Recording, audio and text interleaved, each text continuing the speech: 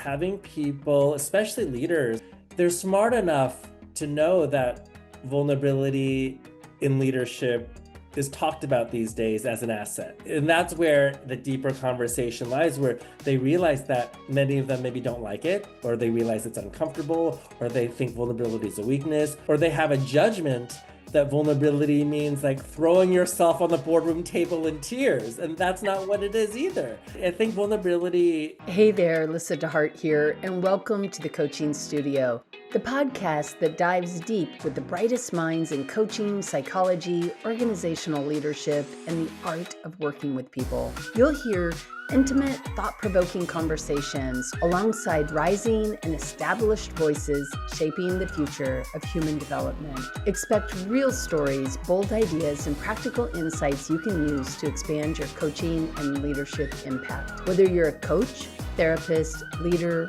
or lifelong learner, you'll leave each episode with new insights and renewed inspiration. Let's go. Hello, Lyssa and deHart here, and welcome to the Coaching Studio. What happens when you combine the wisdom of the Enneagram with the cutting edge of neuroscience? You get my guest today, Hayden Lee.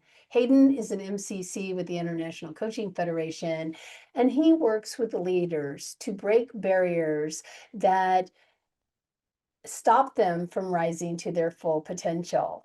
He also works with executives, entrepreneurs, and coaches worldwide, supporting them to really explore who they are and who they are being. But at the heart of his work is a simple question. What's possible when you know yourself deeply and lead from that place? We're going to get into that and more today with my guest, Hayden Lee. So let's get into it. Hayden, thank you so much for being on the studio with me today. I'm super happy to have you here. Yeah, me too. Thanks for having me. I'm very excited to dive in. So I tend to start off with, who is the Hayden Lee that we would have met before the Hayden Lee that we're meeting today? Mm. That's a great question, and it has me thinking about there's two ways to answer that. There's the being side and the doing side, and I'll answer both. So in terms of the doing, before I was into coaching, which I started in 2011, I actually worked in the entertainment industry in Los Angeles, and I worked in education as an SAT tutor. Right. So then as an SAT tutor, I was helping many teenagers prepare for college and helping them write their college essays and helping them on the SATs. But what I realized though, that so many of these students were so stressed out about wanting to get into the perfect college, lots of pressure from their parents, and then, but they thought that, if I go to the perfect college and I get the perfect job, that my life is figured out. But then I was so curious as to what their deeper passions were and their purpose, and they couldn't answer that. So and that kind of bothered me that they were driving themselves so crazy with stress about college, yet they didn't have time to reflect deeper.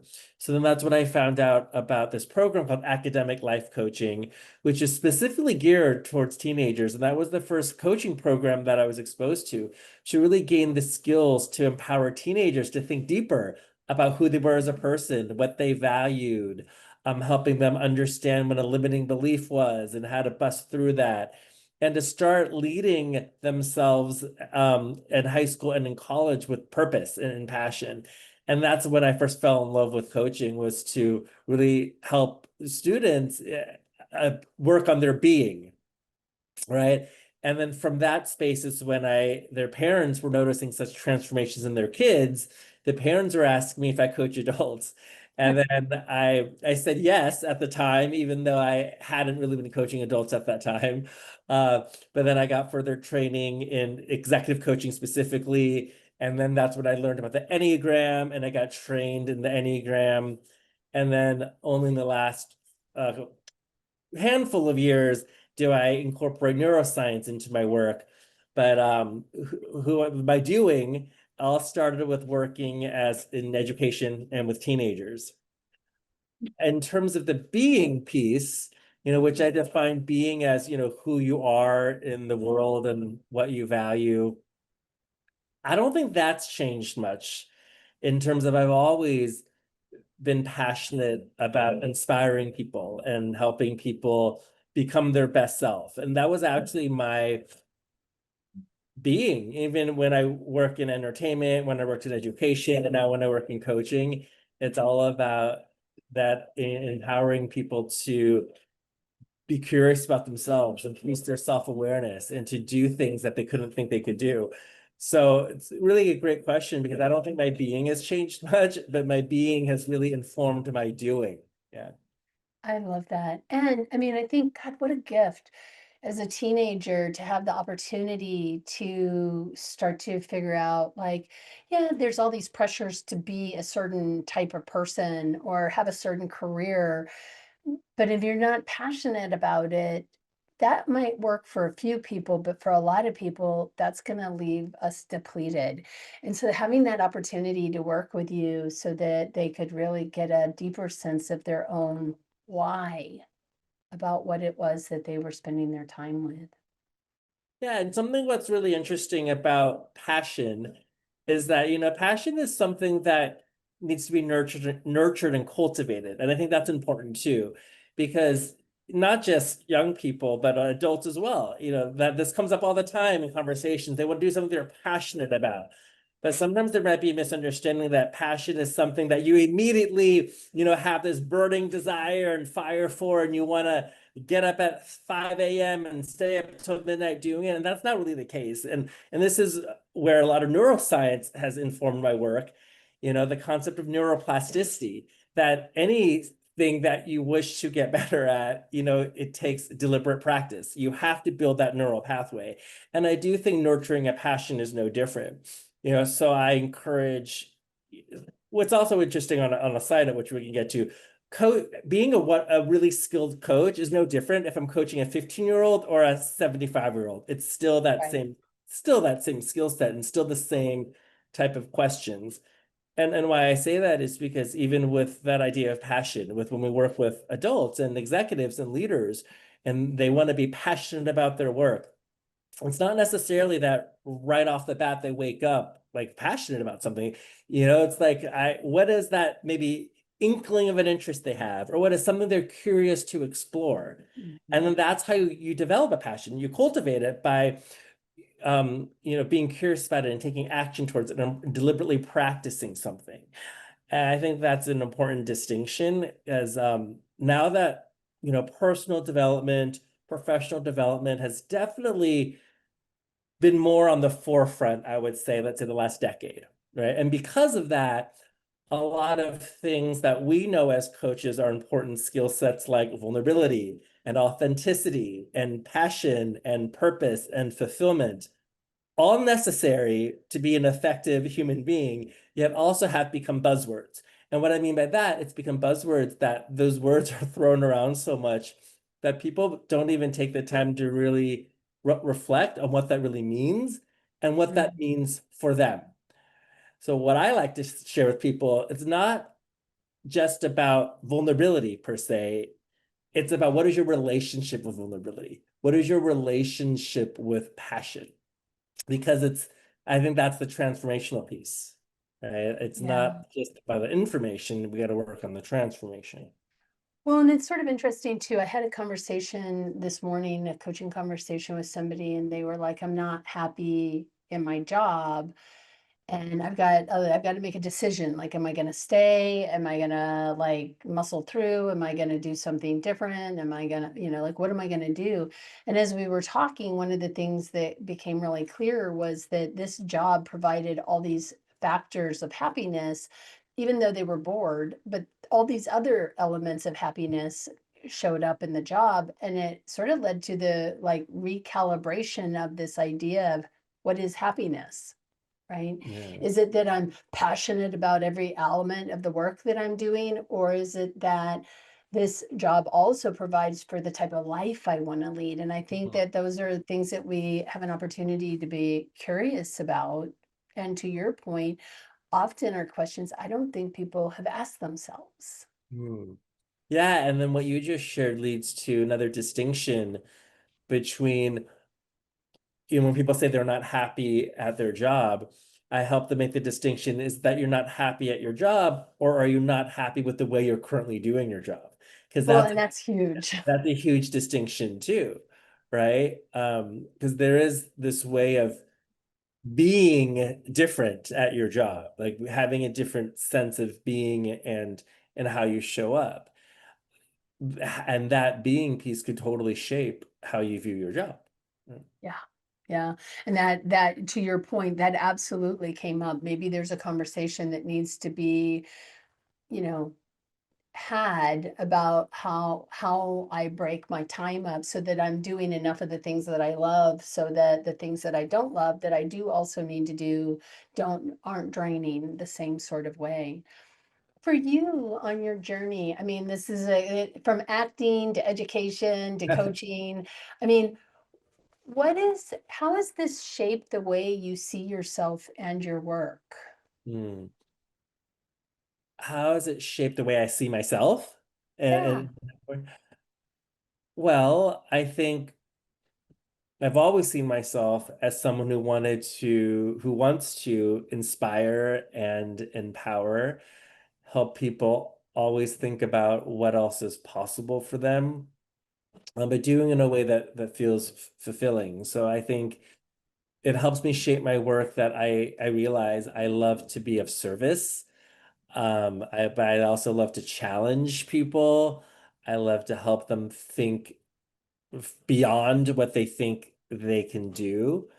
Um, Kind of makes me think about there's the drama triangle and the empowerment triangle, right? And then Yeah. I don't Power like, of TED, for those yeah, of you who don't know what we're talking about, I'll yeah, put a link. yeah, please. And the empowerment triangle is how I want to be in the world, right? To challenge and to coach and to create. Um, and I think the word create is important for me too, is I do see myself as someone who's created my life. I've created my business. Um, and I want others to feel that same way, that they have agency and that they can create the life they want. And I think that's a big part of my work actually, is helping people be the main character in their own life. Excuse the interruption, Lyssa here. I would like to ask something from you. If you like this channel and you like the content that I'm offering, please do a simple, easy thing for me, which is subscribe to the channel. And on that note, let's get back to the show. Yeah, yeah. And I mean that I wonder about the connection between the narratives that people tell themselves, and you mentioned neuroplasticity, and I think it works in positive and negative Oh, ways, yes. right? Like, I mean, we can kind of go down the wrong rabbit hole, or we can kind of take ourselves up and out of a rabbit hole based on where we choose to put our attention and to build the habit Mm. of, like, it's kind of like the difference between being I don't know, the the word I'm looking for, all of a sudden I can't find, but it's that kind of optimism versus pessimism that I Yeah. think is what I'm thinking about. And those are both choices. But you also work with the Enneagram. And for those who don't understand the Enneagram, just a nutshell is it's based on 8 different personality sort of Nine. types. Nine, sorry, yeah, nine, because there's a nine. I'm married to one actually. So yes, I don't know why I forgot the nine. But and then there's different elements that go into it. But as a coach, like, what drew you to the work of the Enneagram, and how does that impact like what you see in the people that you're working with? Hmm. So what drew me to the Enneagram originally is the way that it's set up is it's not about, if you think about an iceberg, right? The top of the iceberg is observable behavior. The bottom of the iceberg is what you don't see. And that's what the Enneagram really encapsulates. It's the motivations and hidden fears that drive the behavior. And I always thought that was really, really fascinating. I mean, I think any assessment that helps people understand themselves better is valid, and important. Like, the more common ones maybe like Strength Finders, DISC, Myers-Briggs, and I think they're all really great. However, a lot of that is based on observable behavior, what you see. And the Enneagram, there's a depth to it, which I really like. I really like going deep and have people reflect deeper, like, why am I doing this? And to tap into those subconscious fears, subconscious intentions. And then when you're able to do that, you can really embrace who you are. And to your point earlier about neuroplasticity, you get better at what you practice for better or worse, right? When you continue to do patterns that aren't helpful, you get better at that, right? Each time procrastinate, you get better at procrastination. Each time don't, call out that person who is rude to you, you get better at not talking to that person who's being rude to you. So I think the Enneagram really sheds light on the patterns that are useful and the ones that are not useful. Yet I also love that it gives you a pathway of development. It's like a roadmap that even though there's 9 types and you have a core type, you ultimately have access to all the types. But it does provide you with a roadmap of certain types that can help stretch you the most. But it has to be intentional, like you said. And then even with the Enneagram, we use the language of, are you expressing your type in a healthy way or an unhealthy way? Because each time you do an unhealthy expression of your type, you get better at that. So if you stretch yourself to put more intention on stretching yourself in the healthy ways, it might not feel comfortable at first. It may feel very foreign and weird. Yet, in the spirit of neuroscience, you're gonna make mistakes. It's gonna feel hard, but that's how you strengthen the neural pathways. That's how you learn. Learning is through a series of deliberate practice, but also mistakes, reflection, learning from the mistakes, and doing it again, even 1% better than last time. That's how you learn. Um, so that's why I chose the Enneagram and continue to do that in my work, because it really is like a fast lane to depth, I think. I have a lot of initial sessions where I do an Enneagram debrief with a client. And within that 90-minute session, there can already be so much self-awareness, so many things that brought to the surface that they weren't aware of. And they're able to connect the dots very fast. Of like, oh my gosh, that is why I do this at work. Or that is why each time my partner does that, it triggers me so much because of understanding their motivational need. For example, as a 3, my Enneagram core type is an Enneagram 3, which is the achiever, competitive achiever whose core motivation is about being the best and being successful and outshining others. And with every Enneagram type, every strength in excess has its weakness, right? So on the one hand, the gifts of a 3, ambition, success, follow through, has helped me build a successful coaching practice.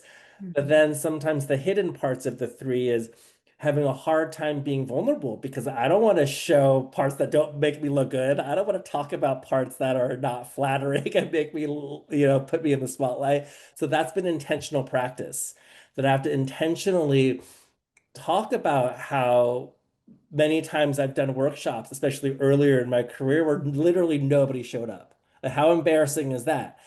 And then times when I still, have to work hard to create clients sometimes and lose clients and get fired by clients.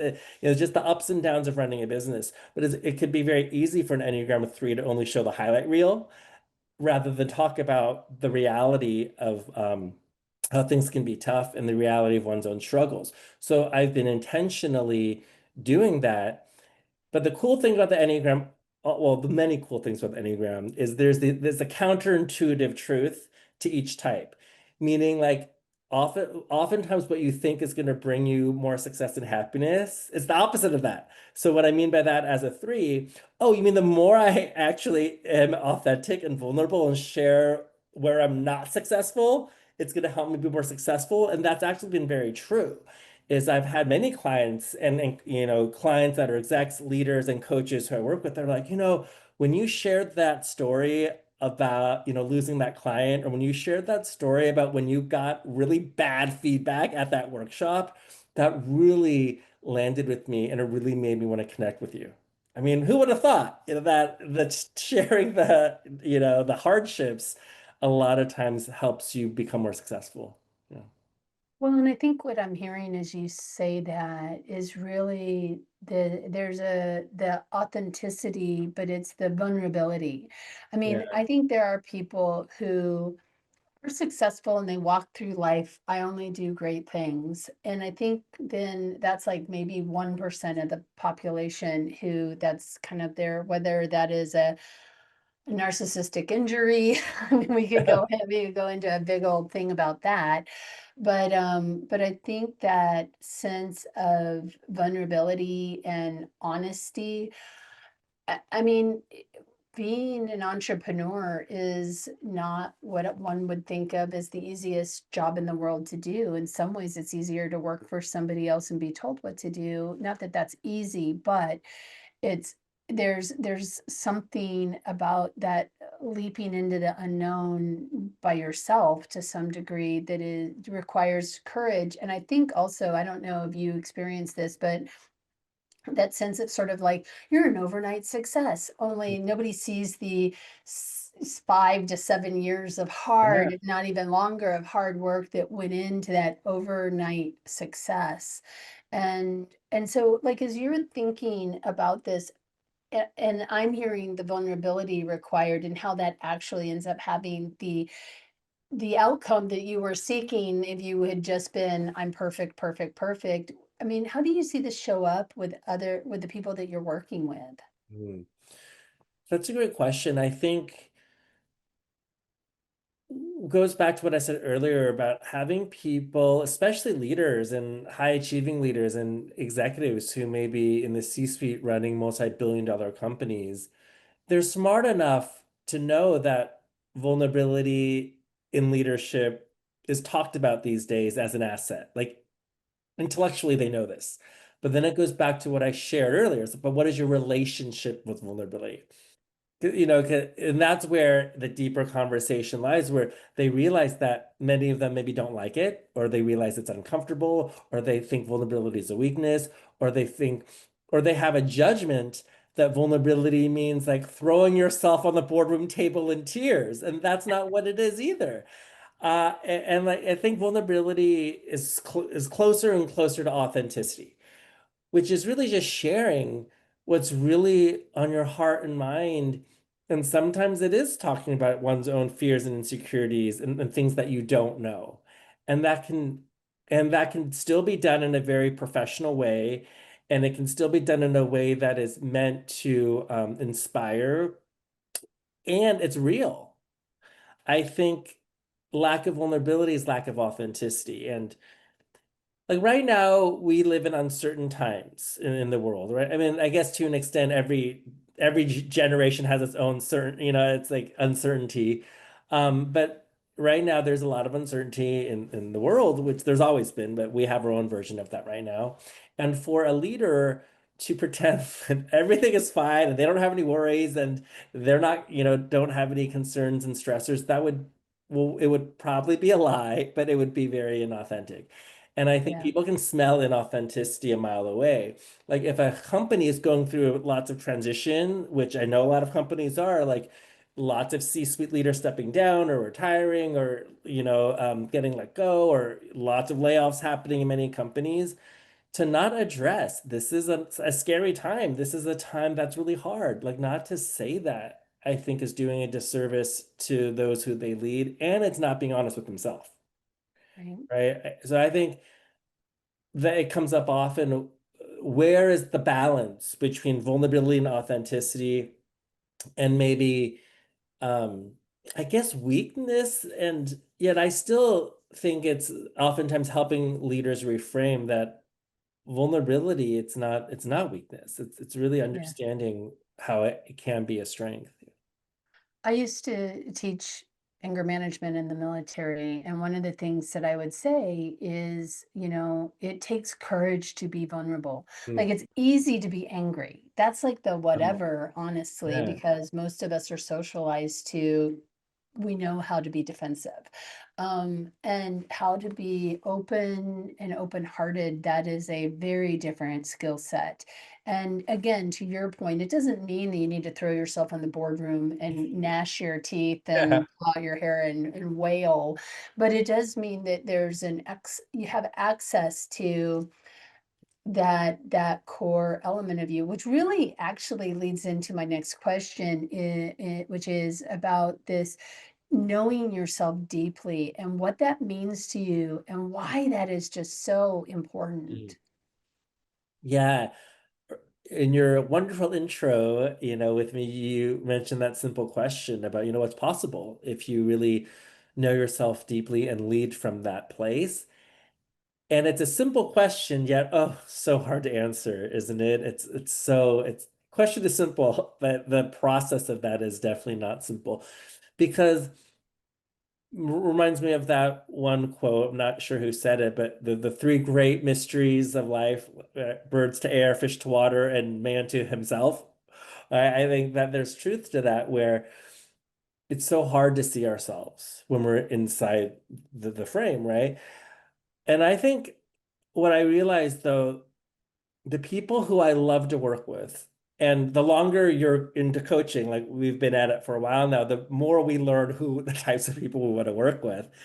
And for me, no matter what industry they're in or, age they are, or I really make sure now that I'm very transparent from the get-go, it's got to be someone who's ready to do the inner work, ready to do deeper exploration of themselves and really look at, deeper awareness of themselves, the good, and the not so good.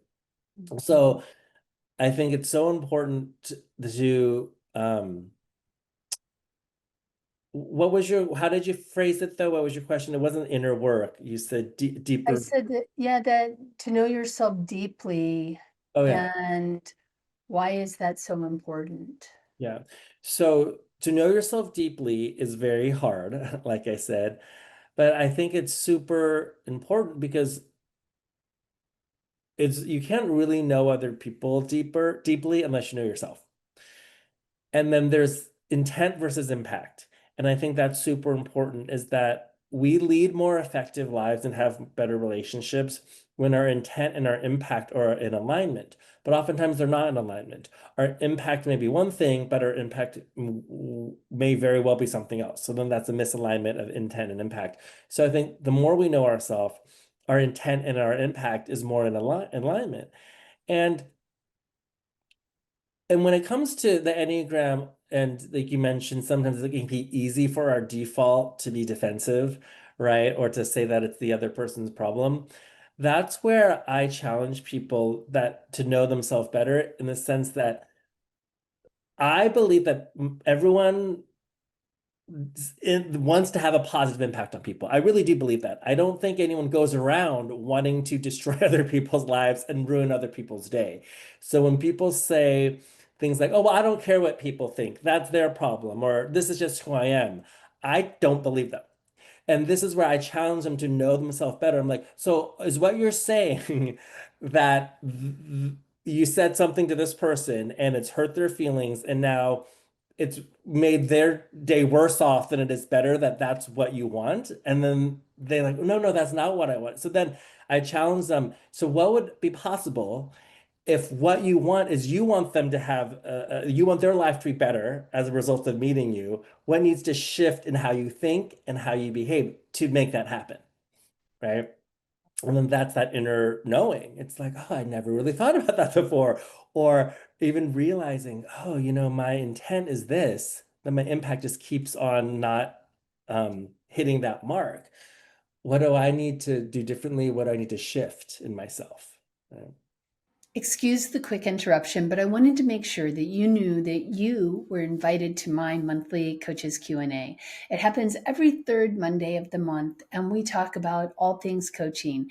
We talk about coaching demos, we talk about competencies, we talk about what to do with resistant clients, we talk about all sorts of things. Plus, we have an added networking event at the end of it. So you are invited to join this community. I would love to see you there. And on that note, let's get back to our regularly scheduled programming. Yeah, and intent and impact is so important because, to your point, I don't think very many people go through life going, I want to ruin your day. Yeah. I think it is more that lack of awareness of how they're impacting the people based on, and often it's our own biases. Like if somebody said that to me, it wouldn't bother me at all. So I'm saying it, but it actually bothers you Yeah. deeply. And so that sort of recognition of, I'm not five and I don't live in a world in which everybody looks just like me, Yeah. right? And we all have this, like, I don't know if you remember the first time you went to a new friend's house and they did stuff totally different than your Yeah. family did, and you have that like mind-blowing moment Yeah. of, what? You eat what? You do Yeah. what? Like, and it's that growth, right, of developing oneself. Oh, I did find the quote.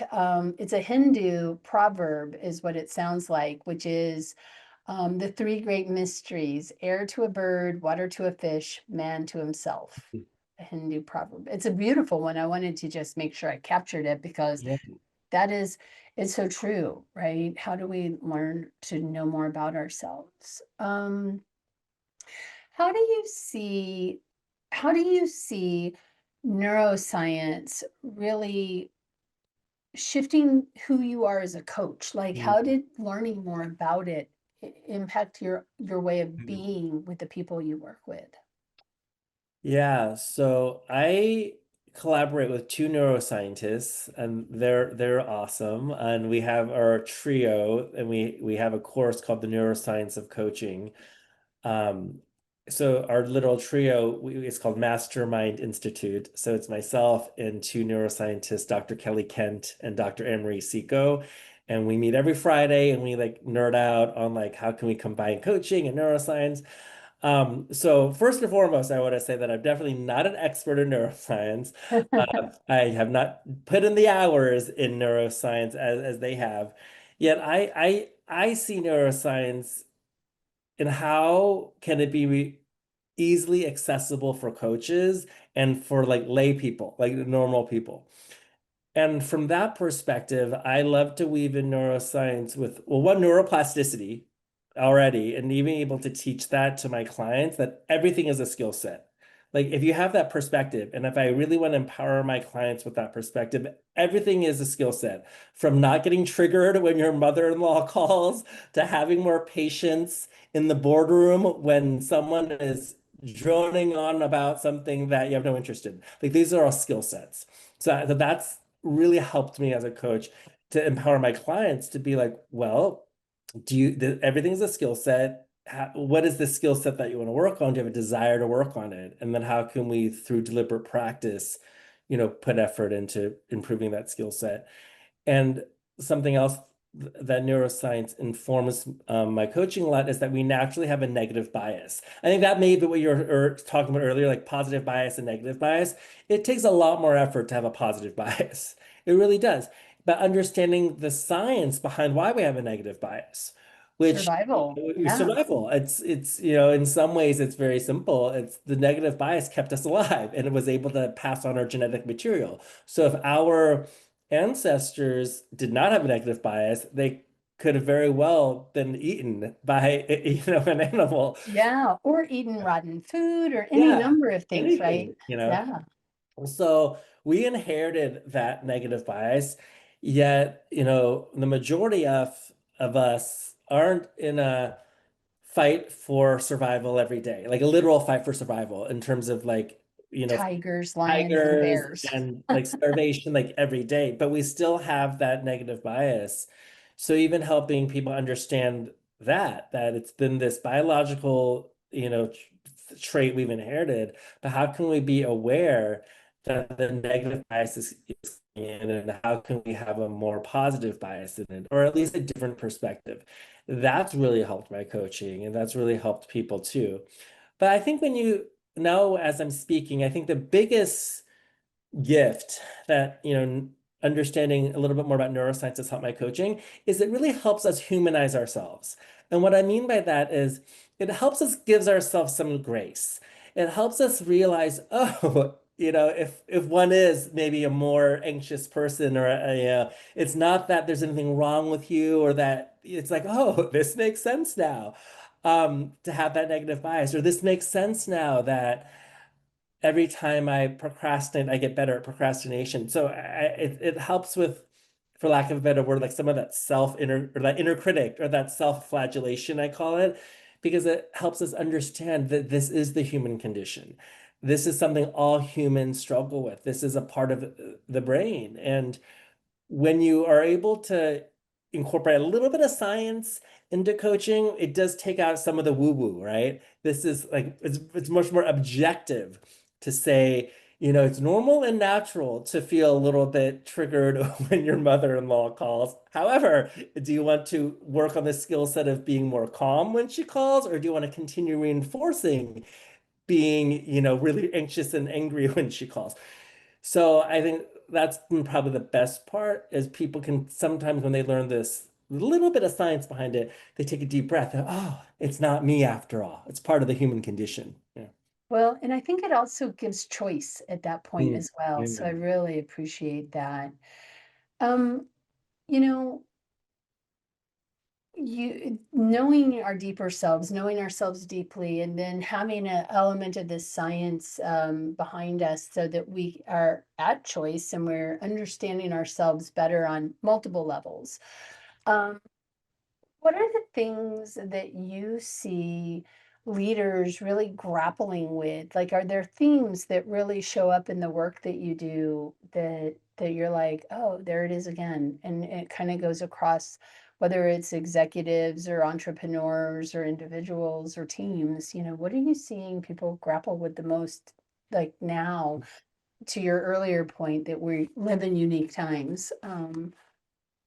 I love this question. And it reminds me of when you asked me one of the pre-questions, something around like, what question would I want you to ask me? And even though you didn't directly ask me this, I think what I the question I think what I said in that questionnaire was the question I would like you to ask me is like, what's the real reason, people don't engage in coaching? What's the real reason people have, struggles with professional growth or personal growth? And I think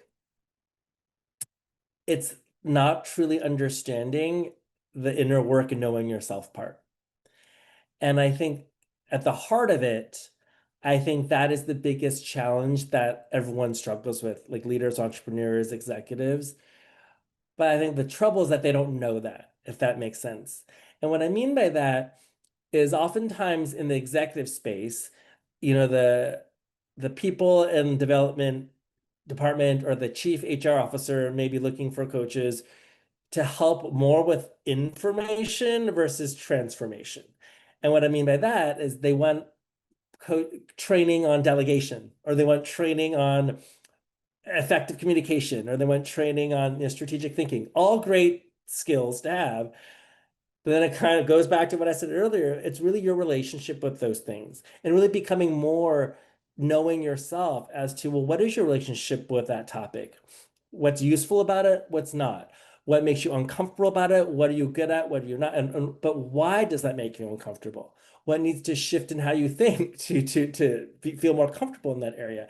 So I think that's the biggest challenge because it's so intangible too, right? Because in coaching in anything when on the business side of things, there's the ROI factor, the metrics, and it's really hard to measure one's inner knowing. It's really hard to measure, at least it's hard to measure on paper, right? I think it's more like of a feeling. Uh, and I think what leaders struggle with is they don't know how important it is to slow down and know oneself. And as a result of that, there could be more effective delegation. Emotional intelligence is probably a huge skill set that is lacking. And but however, I think that's that challenge though. You could hire us to teach a 3-hour workshop in emotional intelligence, but it's up to each individual to really do that deeper work and deeper reflection on what it is about emotional intelligence that is hard for them. Right. Yeah. Yeah. I always say you can lead a horse to water, but you can't make it, process. Right. And so like I think the point is well taken that it is that struggle with knowing oneself. And I do think there is an ROI factor to it because often with the emotional intelligence, what we see are teams that feel safer, that are able to take risks, Yeah. to navigate and pivot faster.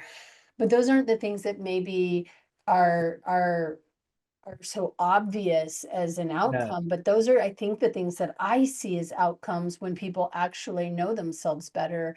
And then they can go, oh, I'm freaking out here. I need to surround myself with people who don't freak out. Or Yeah. I get controlling when I'm worried. So I need to surround myself with people who will be like, hey, like, can we talk about this? Because there's a couple different ways we might handle this, not just one way. Like I've become myopic or something, or not me, because that this isn't actually the thing that I do.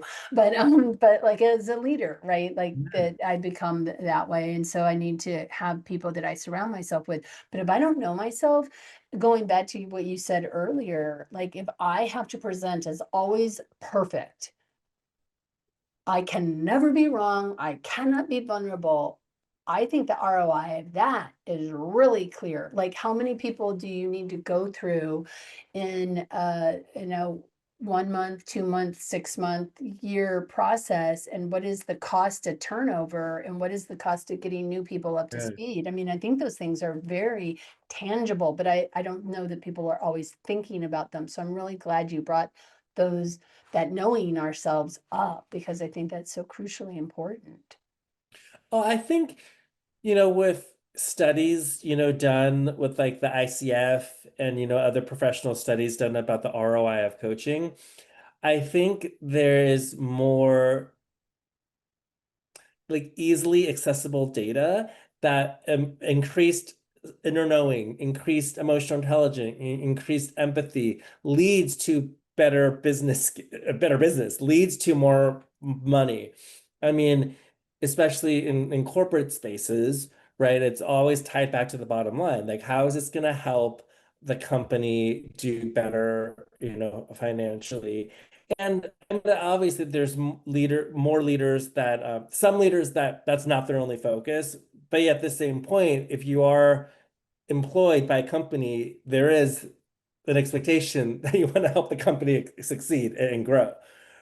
So I do think on the plus side is there is more and more data and research that shows like, well, when a leader is more self-aware, emotionally intelligent, can be empathetic, and communicate more effectively so that everyone feels heard and appreciated, it leads to more innovation, more productivity, which then leads to more money. And I think that is getting people's attention now that the soft skills we definitely we're calling them more like essential skills, leadership skills, because I think inherently the language of soft skills versus hard skills, there's like a bias that the hard skills are more important, and then they're actually equally important. I think the soft skills are actually harder. So Oh, well, they're harder to do. Yeah, I think. Yeah. yeah, and to Yeah. live into, to your point, like I can know something theoretically, like I need to care about my people, and then to be able to do it because I haven't created a habit of doing it, I may not be very good at it. It may be very uncomfortable. So Yeah. yeah. Has there ever been a situation or a story you might share where a client that you're working with, or a thinker, as I like to call them, where the real work surprised even them? Mm. Absolutely. I think I'm thinking of a team I was working with because I work with individuals and teams, but I also work with the whole team. And what's interesting about the Enneagram assessment I use, it's called the integrative Enneagram. They have a team report. So the team report actually assesses what type the team is as one entity. So the team Enneagram type is composed of all the individual types on the team, with the CEO of the team having a little bit more weight in the algorithm because it's a very complex algorithm. Um, and I was working with a team. multi-billion-dollar company, and I was very fortunate to work with their C-suite. And they were really great, but the team was an Enneagram 8 team. And for those who don't know Enneagram 8, their characteristics, they're natural leaders. They take charge, they can be assertive, they have no problem, telling it how it is. But like I said, any strength in excess can become a weakness. So as you can imagine, some of the, challenges for an 8, as both at the individual and team level, could be maybe aggressiveness, not listening to others, wanting to have control over things, my way or the highway. So as a team, that was showing up, this team, I think there was 10 of them. And we did, like, working with them as a team. But then also the leader as an individual was also an 8, right? And then I think intellectually on paper, he understood, the perks and the strengths and the opportunities of growth as an 8. But in terms of really doing the inner work, was I challenged this coach in the moment of how his maybe assertive, controlling tendencies was showing up with me in that moment, in that offsite. So then I called him out, and I was like really scared actually, because I was like, oh my God, like this is really scary. They hired me, and I'm totally gonna challenge this person. But I let him know, hey, I just wanted to reflect back to you that I feel like you are taking over my meeting and my offsite. And I'm like, how does that reflect on you? What's coming up for you as I'm sharing that? Oh, and I let him know how it makes me feel is like you don't value my work and that you think that you know more than me. And I was like so nervous, but I shared it courageously. And then that is when it really landed for him, that he realized, wow, this is what it means of the, intent versus impact piece, that he really saw how it was impacting me. And I think that really helped with that inner knowing and that deeper work, because he realized there's real life consequences to one's behavior. And it was pointed out in the moment in real time. And I'll never forget that. It was so great for him and for me. Yeah. Yeah, way to show up courageously for sure. Yeah. Quaking in your I was like, boots. shaking and, but I'm so glad I did, because sometimes that real time learning is the most impactful. Yeah. You mentioned, doing that deeper work. We've been talking about it on and off here today, and a theme that is often shows up on this podcast with the different people that I talk to is is doing the work ourselves, because and so as someone who does a lot of training and mentoring of coaches and people who want to be coaches, or managers who would like to be coaches, or leaders as coaches, to emerging coaches, what do they most need to know about their own growth for themselves before they can support others? Hmm. Well, you have to invest in your own coach. Uh, and I also encourage all coaches to be in a community of other coaches that are we're on a similar path where you are, and some coaches further along, right? Because you have to learn from those that have been there before. So I would say for newer coaches to take the perspective of like I call it a 10-year perspective, to really think about, is what you're doing and thinking now like gonna help you be somewhere 10 years from now? Because oftentimes there's that other saying, we overestimate what we can do in 1 year and underestimate what we can do in 10 years. And I think for coaches, especially coaches who may be leaving corporate and then going to coaching, they may think that their first year of coaching, their salary is going to match their 33rd year in corporate. More oftentimes than not, that doesn't happen. So I also think really understanding that it takes a lot of grit and resiliency, but that 10-year vision is like, oh, am I going to be doing this for 10 years? Do I want to be doing this for at least 10 years? Because then I think that helps with a little bit of that impatience, because there's that urgency, that impatience. Oh my God, I just, I graduated coaching school, and why don't I have all these clients? Why aren't I landing all these gigs? How come I'm not making $250,000? So I think there's that but if you realize, okay, so I've been doing this for 6 months, you know, where if I really put in the work for 10 years, then it kind of shifts that mindset of the Yeah. of the timeline. So I think, and also if you think about if you're a newer coach and like, what, I don't really see myself doing this for 10 years, then that's actually a good thing too, to realize that you don't want to put the work into this. Mhm. And it goes back to that skill set building. I think becoming a coach as an entrepreneur, there may be a lot of skill sets that you need to build and practice deliberately that you didn't have to do if were employed by someone, right? The skill set of rejection over and over again, the skill set of reaching Marketing. marketing, posting on LinkedIn, the skill set of talking about yourself, the skill set of asking for money, actually, making the proposal. That's a skill set that many people may have never had before, right? Um, so I think also, but through that lens, though, if this is a skill set that I'm not yet good at, do I want to get better at this skill set? Mhm. And there's no shortcuts. The only way to get better at any skill set is to do it repeatedly, make some mistakes, mess up, learn from it, then do it again. And that there's no different in becoming a successful coach. Um, and then, being a fellow MCC, that's why I have a lot of camaraderie with my other MCC, comrades, because I know the minimum of 2,500 coaching hours. I know we all have that at minimum.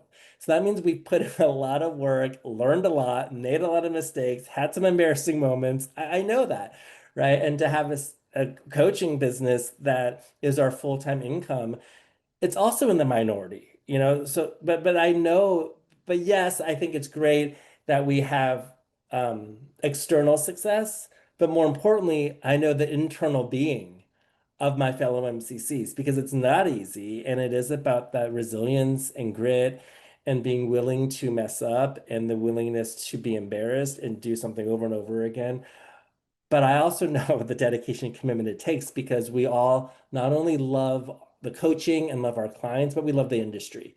I think that's important too. I realized that, I want the industry to be elevated. I want the coaching industry to be top notch. And that's another question for neuro coaches too, is, there's the awareness of what are you doing for yourself and how am I making myself better?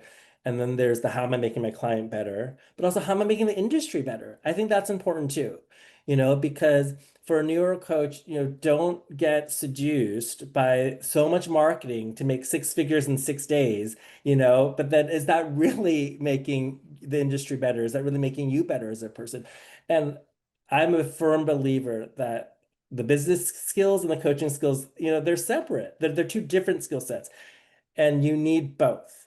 And in order to be good at both, there's the own work you need to do on yourself. There's that why investing in your own coach, investing in your own communities is so important, because you need to continue to work on your coaching skills, and you need to work on your business skills, and working on your personal growth skills is what helps you be better as a coach and better as a business person. Yeah. You've named a bunch of different things today, and I'm curious if there were like two or three books that you really would recommend to people, especially if they're wanting to know more about the Enneagram or Mhm. around neuroscience or around working with leaders. Are there any Yeah. books that you really recommend to people on your Hmm. night shelf? What do you have on your night I shelf? know. What do I have on my night shelf? Um, Well, first of all, my vulnerable moment is I'm actually not that good at finishing books. I like start a lot of books, but I don't finish them. Um, I would say though, in terms of Enneagram, well, I do want to the Enneagram assessment I use actually is called the Integrative Enneagram, and I think that's a great resource. Even if you go to it's not a book, but their website integrative9.com. Um, that just has so much in-depth articles and information about what the Enneagram is and the nine Enneagram types. and you can, take your own assessment there. Um, and then there's also a fun book for Enneagram beginners called The Enneagram Made Easy. I kind of like it. It's kind of humorous, but it does give you, it's kind of like, those series of books like the for dummies back in the day. Dummies. I was just Yeah, thinking it's kind of that. like Enneagram for dummies in a way. I mean, that's a great book for beginners. There's illustrations, but it really does help you understand distinctly how the nine types are different. If you really love getting deeper in Enneagram, the wisdom of the Enneagram is a great I book. love Yeah. that book. If you weren't going to say it, I was going to throw it into the Yeah. space because I think for me, that was one of the most important books I read about the Yeah. Enneagram. I mean, the wisdom of the Enneagram, it's kind of like the Enneagram Bible out there. It's thick and and it even taps into the spiritual side of the Enneagram, which we haven't really talked about yet, but there's definitely a spiritual side. And there's a practical side. And, as I tend to be more on the practical side of it, but those who love the spirituality side of it, that's weaved into the wisdom of the Enneagram. In terms of neuroscience, I don't have like a specific book. I know sometimes in my conversations with my neuroscientist friends, oftentimes the book Deep Work by Cal Newport comes up because then that's learning about kind of the science behind if you really want to do deep, meaningful work, like really learning you have to force yourself to sit down and focus because multitasking is not a thing. That's actually another important thing, right? People who think they're good at multitasking, they're task switching. And each time you go back to that task, they're starting that task over again. So I think Cal Newport's book, Deep Work, really goes into like really learning. So first and foremost, identify what takes deep work. Like some things that are shallow tasks, it's okay if you're task switching from doing the laundry and washing the dishes, texting your friend, taking out the trash or whatever, because but then when you identify something that's really, really important and very meaningful, you have to build the skill set of deep, deep work. And there's the brain science, behind that. And I would say that overall, one of my favorite books, which might not necessarily have to do with the Enneagram or neuroscience or coaching per se is I love Drive by Daniel H. Pink. Yeah. It's just like I just love this concept of it's kind of like my philosophy on life. Like even it's a great book, but the gist of the book, I think there's like three principles. It's find something you love to do, get really good at it, and then do it for a cause greater than yourself. I mean, isn't that just great? I Yeah. mean, the reason that the book is called Drive, because ultimately that's what drives human beings and that's what Yeah. drives us as people. So there's that first part of find something you love to do. Doesn't mean you have to be great at it yet, and doesn't mean you like have to wake up like we talked about the passion piece earlier. Doesn't mean you're already rah wake up every day passionate about it, but find something you love to do, and ask yourself, is this worth getting really good at? Is this worth putting the time, effort, make sacrifices for? I mean, ultimately that's what passion is being willing to sacrifice things for it and then do it for a cause greater than yourself. So I feel with me, with all the things I love doing, including coaching and Enneagram and neuroscience, it fits those three criteria that the book Yeah. Drive talks about. It's something I love to do. I'm always trying to get better at those things, and I do it for a cause greater than myself. So I think for all people, if they read the book Drive and they have that philosophy in life, like have something in your life that fits those three criteria, it definitely leads to more fulfillment. Yeah, I love that having a cause greater than yourself. I think that's so important. I have a tradition on the podcast, and I ask the an earlier guest to leave a question for the next guest, not knowing who the person will be. Oh, And the question that was left for you was, what is something that you used to believe as true that you no longer do? wow. Kind of a deep one. Did they know it was going to go to me, or they just knew it was going to go No, be it's just their going to next go to someone. feature? So you just happen to have the universe present it to Yeah. you. What is something I used to believe is true that I no longer believe? Right? Right. Hmm.